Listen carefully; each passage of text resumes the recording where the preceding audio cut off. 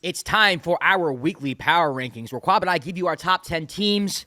We argue about this every week, and I have caught L's to Kwab every week. Yes. Every week. There's a certain team that I don't want in these power rankings, but Kwab wins the argument every single time, and it pisses me off. I make good points. And you know what? They're not even at number 10. They're not even they're on this list. They're not even at number 10. I make good points. That's what I'm gonna say. I can make good points. I can argue. Number one in the debate team. Like, that's me. You were not on the debate team. Stop it. You don't know my journey.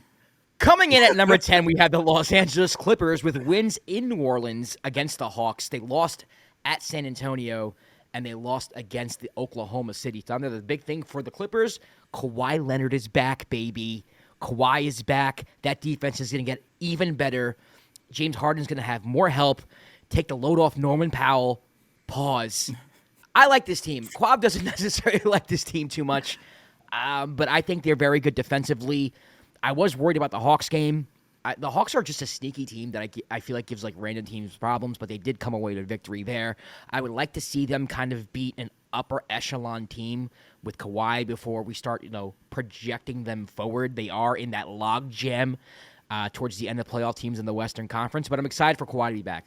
Kwab, Clippers, you didn't want him in there. So everything you say going forward about them right here is going to be fugazi. These are lies. We don't want These are you lies. I don't know why we say that. My only argument was for one team that we're going to talk about next. But like you said, it's great that Kawhi is back. Just you see the impact he had in the game against the Hawks. He had a couple of moments. You're just like, okay, he might still have it. Hopefully, again, you just really hope he just stays healthy. Like you said, and you said many times before. Great defensive team. Kawhi only adds to that. Norman Powell has been having a great year. He had a tough stretch, I guess, this week. But again, bounce back. Great win against the Hawks. Excited to see what they look like for this upcoming week. All right, let's move on to number 9, and it's the Orlando Magic. Kwab, go ahead, just go. Can you say something nice about the Magic, bro?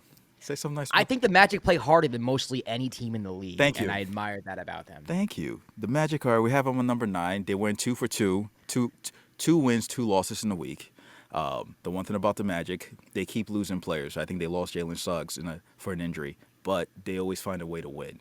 They have a great next man up mentality. I've been saying it week after week. Their rookie De Silva has been stepping up in the absence of Wagner and Wagner and Wagner. There you go. Wagner, Banchero, and been putting up numbers. Just great effort all around. Like you said, they play hard. If they were winning more, they would be in the consideration. Their coach would be in the consideration for Coach of the Year just because of how they have been able to sustain with all these injuries. So I'm a big fan of them, and so is Josh. He just doesn't want to admit it. But when you make the points and he hears them, he's like, oh, okay.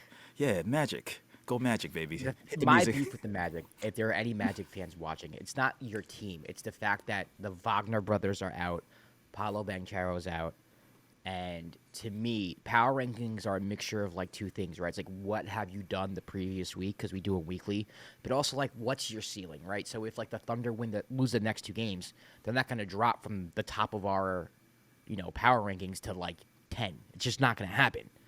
So for me, there are teams that lost a few games this week. It was a rough week for a lot of upper echelon teams, and the Magic had a very mediocre week. Let's just say that, and their ceiling's just not that high with these players out. So for me, it's like the ceiling's not that high. You're kind of slipping to average basketball, but at the end of the day, when you look at the standings, it's like, okay, well, there's a log jam where the Magic are as in terms of the league, in that 20-15 records, 21-14. There are a lot of teams like that. I just don't think the Magic have higher ceilings than the teams that I was finding. And my counter argument to Josh was always they've been able to have some winning moments in this tough stretch with their top players out. And Banchero should be back hopefully in a couple of weeks, and so will Franz. So that changes the outlook of their ceiling. It does. That's true. Can we tell them who we left off, Kwab? No. You tell them. No, you tell them. Go on. We left off the Brooklyn Nets. That's who we left off. All right, Is that what you want me to say? So they're gonna figure it out by the end of this. There's gonna be one fan base that's like, "Where the hell are we?" But here we go. Number 8, we have the Los Angeles Lakers, who come back into the top 10, 20-15 record. They've been playing very good basketball, although they did lose to the Rockets tonight. They lost to the Cavs, but they did have wins against the Kings, the Blazers, the Hawks. I think adding DFS is a good fit for them. I do think he's I want to say a perfect prototype for what they need, because DFS can be a perfect prototype for most teams. But he is somebody who I think is going to elevate that team from a shooting perspective, from a switchability perspective on defense. I think he's going to add a lot of value there. I think there's moves still to be made, and LeBron's looking better.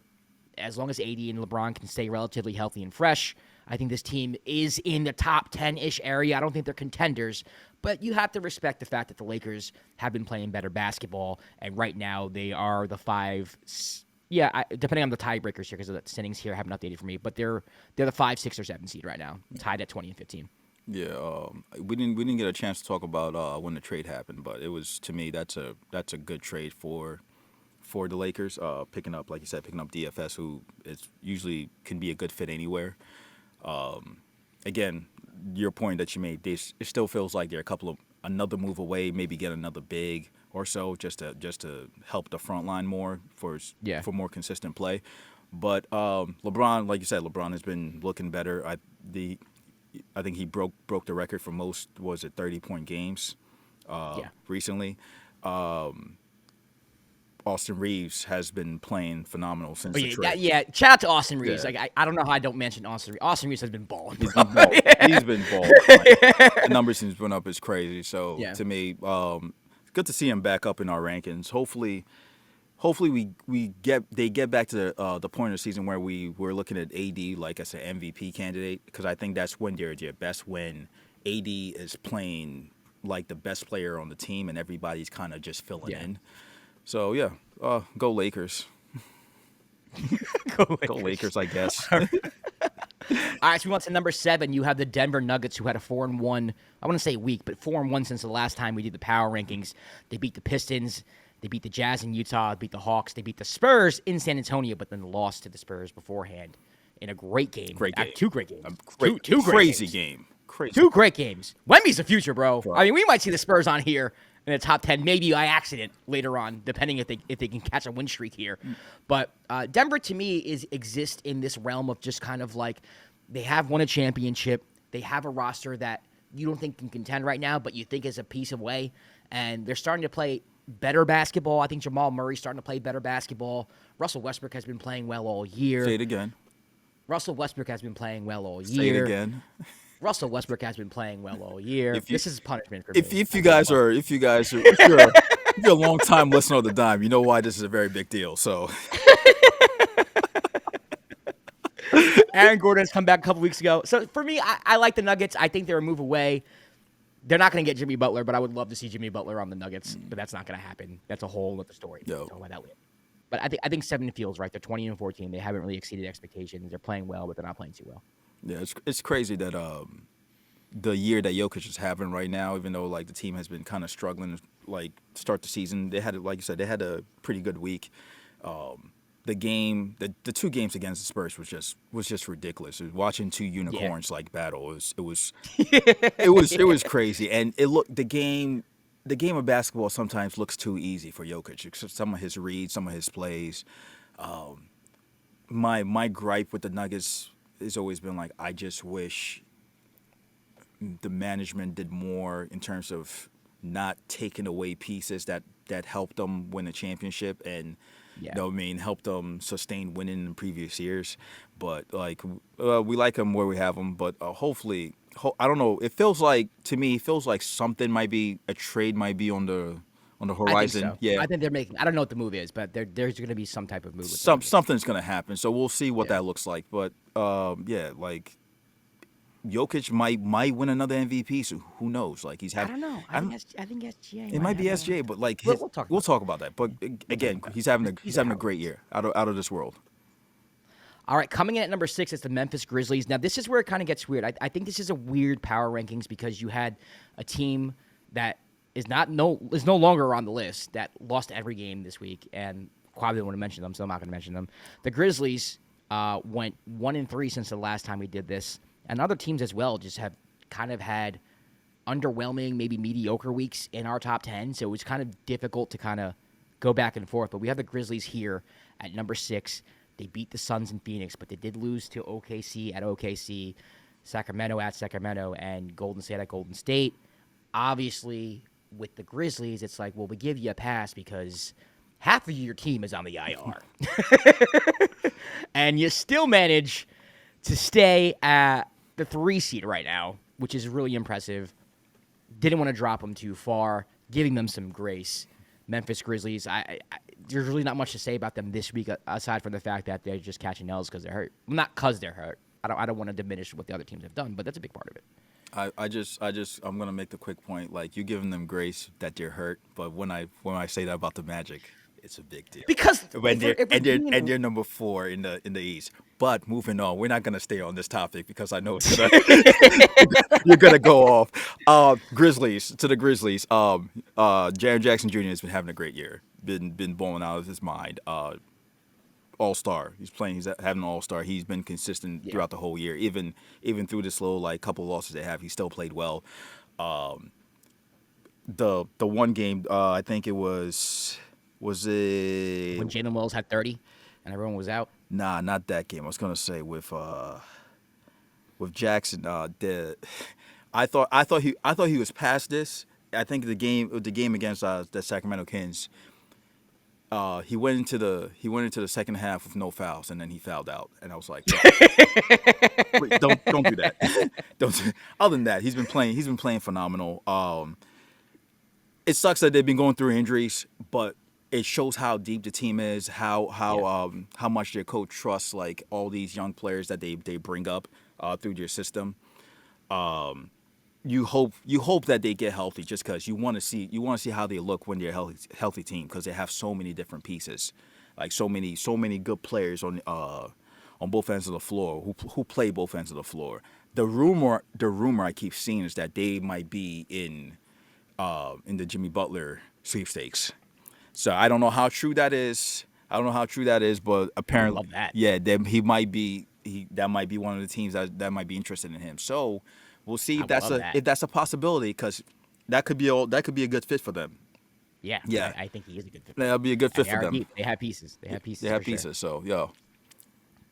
All right, so we on to number 5. It's the Houston Rockets, 23-12, the 2 seed right now in the Western Conference. They beat the Mavs. They beat the Lakers. They lost to the Heat, and they lost to the Celtics.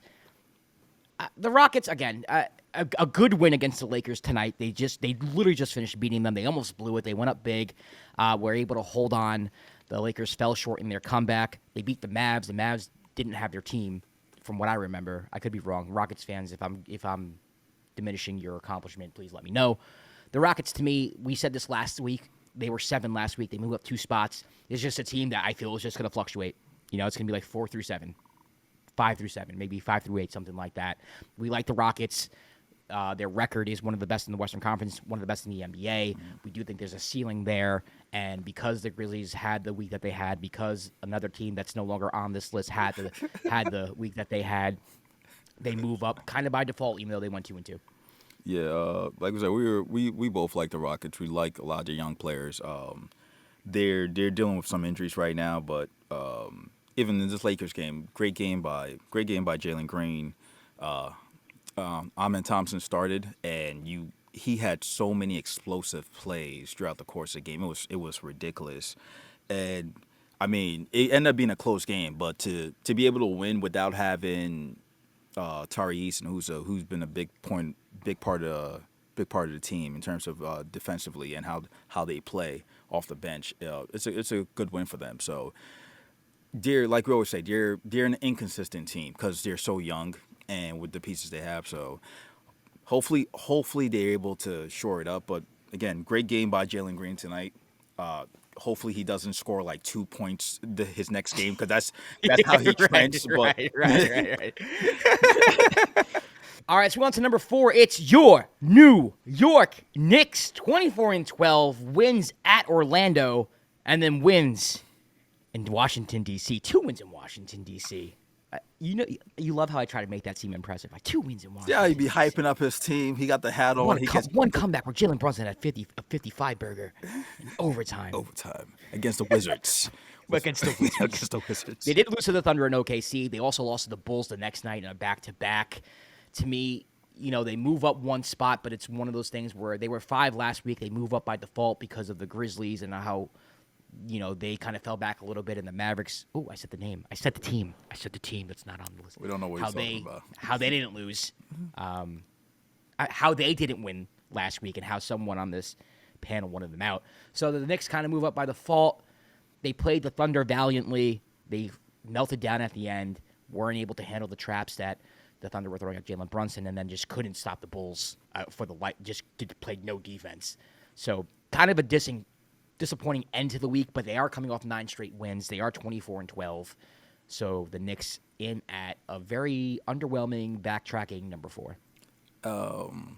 Yeah, I was just going to ask you, as a Knicks fan, how comfortable are you with this team? I'm not comfortable at all. Like how you the inconsistent play is kind of getting ridiculous. I feel. Yeah, I listen to some Knicks podcasts, and I don't want to shout them out because I'm not going to critique them here, but there's some hope with them.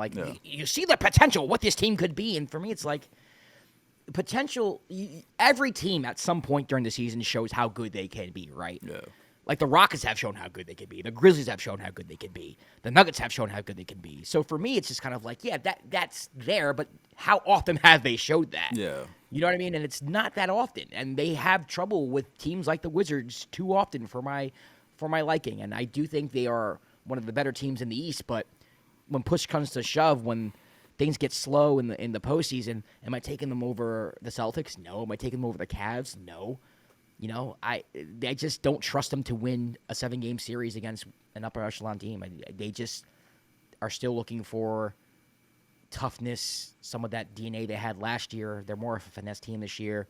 They're good. I just don't think they're championship contenders right now. Fair. That's fair. We've talked about this multiple times on previous episodes and previous rankings.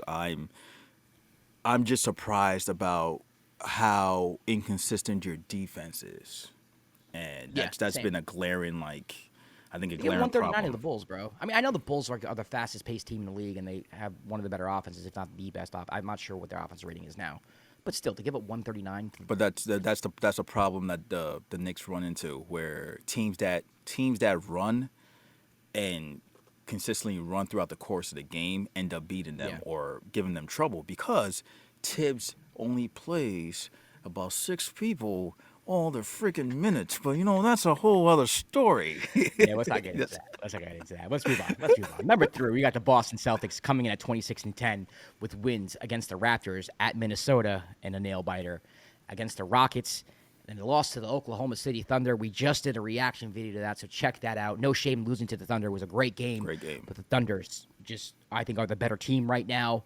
Celtics, they were number 1 for a while in our power rankings. They were my preseason pick to win it all.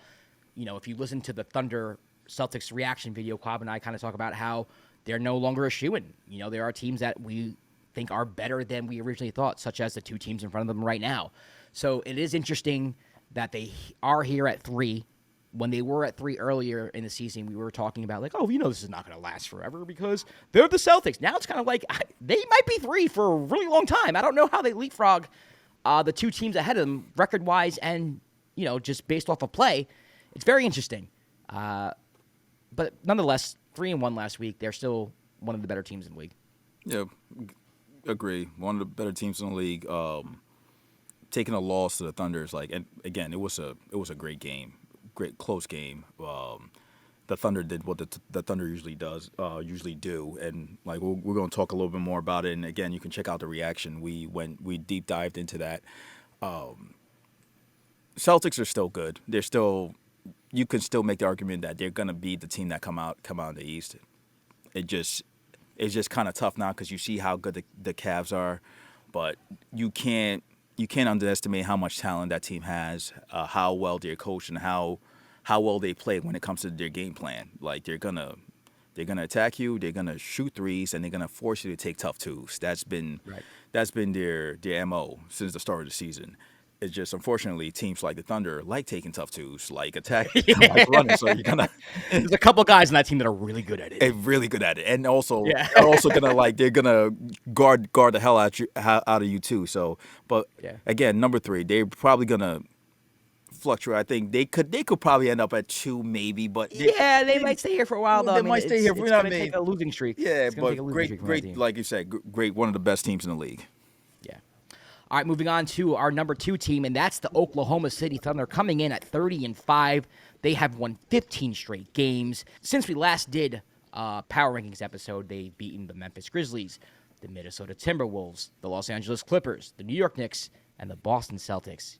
Jeez, man. Just mowing through the league, giving everyone a head start. Like, yeah, take a 10-point lead into halftime. Yeah, Go ahead. You figure it out. Just go. Just go. Their defense is incredible. We talked about it again. We reacted to their game against the Knicks and against the Celtics. And when they decide to go man, switch on defense, switch everything, and put on pressure on the perimeter, it's the best defense in the league. And that is why they're 30-5. Yeah. No notes. No, it's like no notes. Yeah, I'm excited to see what they look like their next couple of games because they're playing the Cavs. Then I think they play the Knicks next. The Knicks after the Cavs. Then the Wizards, the 76ers, and the Cavs again. So that's a crazy stretch. But That is a crazy stretch. I think they have lost only. I could be wrong, and Thunder fans, please, if you're in the comments, please correct me. I think they've only lost 1 game since iHeart has been playing, and that's crazy. Their win streak has been ridiculous, and we make the point that's without Chet, and Alex Caruso has been in and out the lineup with injuries, and he's probably, if not your best point of attack defender, one of the best point of attack defenders on that team that's full of high level defenders. So they look like they're the team that to come out the West right now. They look amazing. All right, and in at number 1, it's the Cleveland Cavaliers at 31-4, the number 1 seed in the East, the best record in the NBA. Since we last did Power Rankings, they beat the Warriors in Golden State, the Lakers in Los Angeles, the Mavs in Dallas, and they beat the Charlotte Hornets tonight. The offense is incredible. Kenny Atkinson's Coach of the Year. There's not much else to say. I mean, we've gone over this over and over again. Their offense just looked incredible this week, and their defense as well is also very, very good. But to me, like this week was a lot about their offense and just how unstoppable they can be. Especially, we're going back to like when they played against the Nuggets, but that game to me, I mean, I remember watching that game. Just be like, okay, like I was sold on them before that, but that really sold on me. Like that really sold me to the point where I was like, all right, let me take out DraftKings and let me put some money down on them to win the East or something. Oh So man, the Cavs best team in the league. Not by a lot though. I think the Thunder are creeping up on them, but the Cavs are the best team in the league to me right now. yeah, I think a lot of it comes down to their chemistry and the continuity. Like Yeah. Kenny Atkinson has done a great job since coming in as your coach, but having their core players being able to be together for this long and being able to be on the floor at the same time. I think that last year, Garland, Mitchell, Mobley, and Allen only played about 28 games together. Only 28. And right now, I think they're over 30. I believe they're over 30 already for the season. And you see how well it's paying off. Like, they look like a well-oiled machine. Just look unstoppable. They look ridiculous. I mean, we're excited about the game against the Thunder because I think that's going to be one of the best games of the year, hopefully. So They're on pace to win 72 games, which is what the Warriors did. Ridiculous. I mean, and we're calling that team like the best team ever before they lost, the 3-1 lead. Yeah. So there's like recently I've seen some like mainstream media news about the Cavs, but just recently, like now it's just kind of like, oh, we have to talk about them now.